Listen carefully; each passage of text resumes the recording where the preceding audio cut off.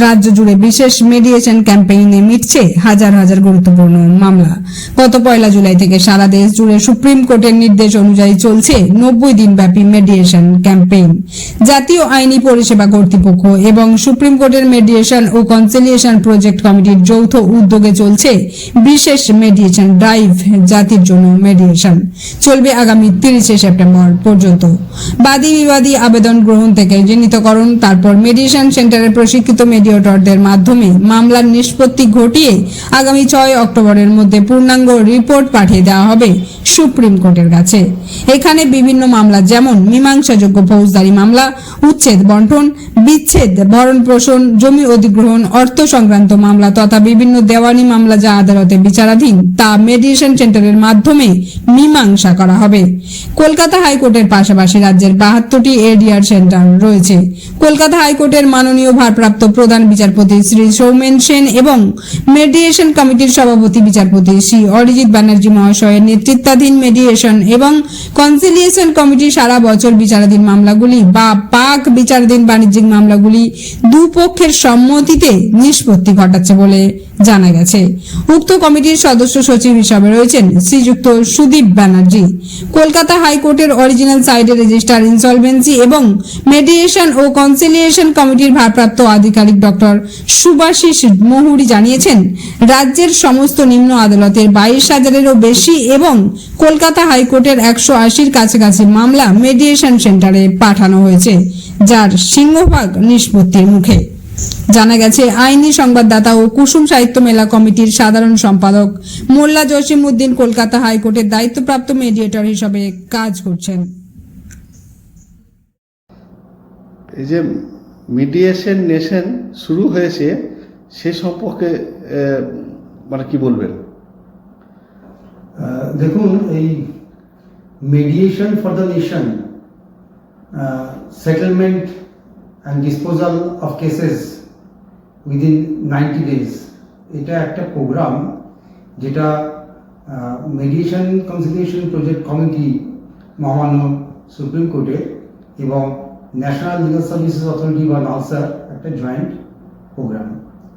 এই প্রোগ্রামটা আরম্ভ হয়েছে অবজারভেশনটা 1st ডে অফ জুলাই 2025 থেকে এবং এটা ফাইনাল রিপোর্ট দিয়ে শেষ করার পরিকল্পনা রয়েছে 6th day of October 2025।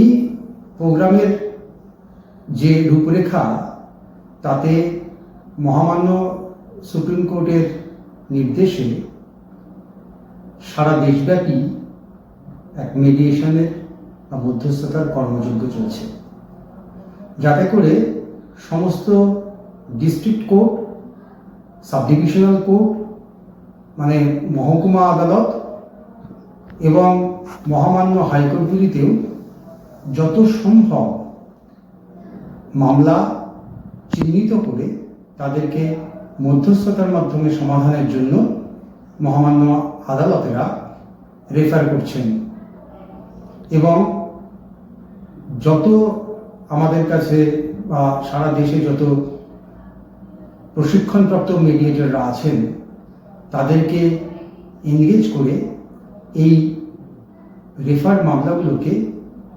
Mediation করে যত তাড়াতাড়ি সমাধানের পথে নিয়ে যাওয়া যায় সেই প্রচেষ্টা চলছে। এখনও আজকের দিনেও এই প্রচেষ্টা অব্যাহত।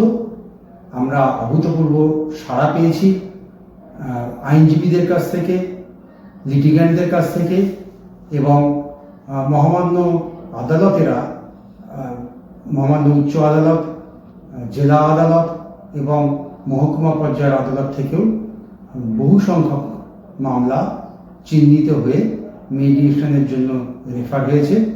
শুধু আমাদের রাজ্যে নয়, সারা ভারতবর্ষেই একই সাথে এই কর্মযজ্ঞ পালিত হচ্ছে। রাজ্যের কতগুলি আপনার সেন্টার রয়েছে যেখানে মেডিয়েশন বসে? দেখুন, আমাদের পশ্চিমবঙ্গে এবং আন্দামান নিকোবর নিয়ে সম্মিলিয়ে প্রায় 72টি মহকুমা কোর্ট রয়েছে, সদর মহকুমাগুলোকে ধরে। এই 72টি মহকুমা বা সদর মহকুমা কোর্টের প্রত্যেকটিতেই মধ্যস্থতার কেন্দ্র রয়েছে বা অল্টারনেটিভ ডিসপিউট রেজলিউশন সেন্টার রয়েছে। এই জায়গাগুলোকে পরিপূর্ণভাবে ইউটিলাইজ করা হচ্ছে, করে মেডিয়েশন এই কর্মযজ্ঞ চলছে। আর মহামান্য কলকাতা হাইকোর্টের নিজস্ব যে মেডিয়েশন সেন্টার রয়েছে 5 council house street, ground floor, Kolkata 1-এ, সেখানেও এই কর্মযজ্ঞ গত 1 জুলাই থেকে চলছে। গত 1 জুলাই থেকে চলছে মানে এ কথা ভাবার কোনো কারণ নেই যে এই কর্মযজ্ঞ 1 জুলাই থেকে আরম্ভ হলো। মেডিয়েশন একটা চলমান প্রসিডিওর। কলকাতা হাইকোর্টের মেডিয়েশন চলছে গত 2006 সাল থেকে। মেডিয়েশন চললেও কিন্তু যেহেতু মহামান্য সুপ্রিম কোর্ট এবং ন্যাশনাল লিগাল সার্ভিসেস অথরিটি একটি স্পেশাল প্রোগ্রাম আমাদেরকে দিয়েছেন, তো আমরা সেজন্য আরও বেশি করে এই মেডিয়েশন গুলোকে এই সময় পরিধির মধ্যে করার চেষ্টা করছি। তবে একথা মনে রাখতে হবে যে 90 দিন পরিসরে এই ক্যাম্পেইন চলছে বলেই 90 দিনের মাথায় এই সমস্ত কর্মযজ্ঞ শেষ হয়ে যাবে তা নয়।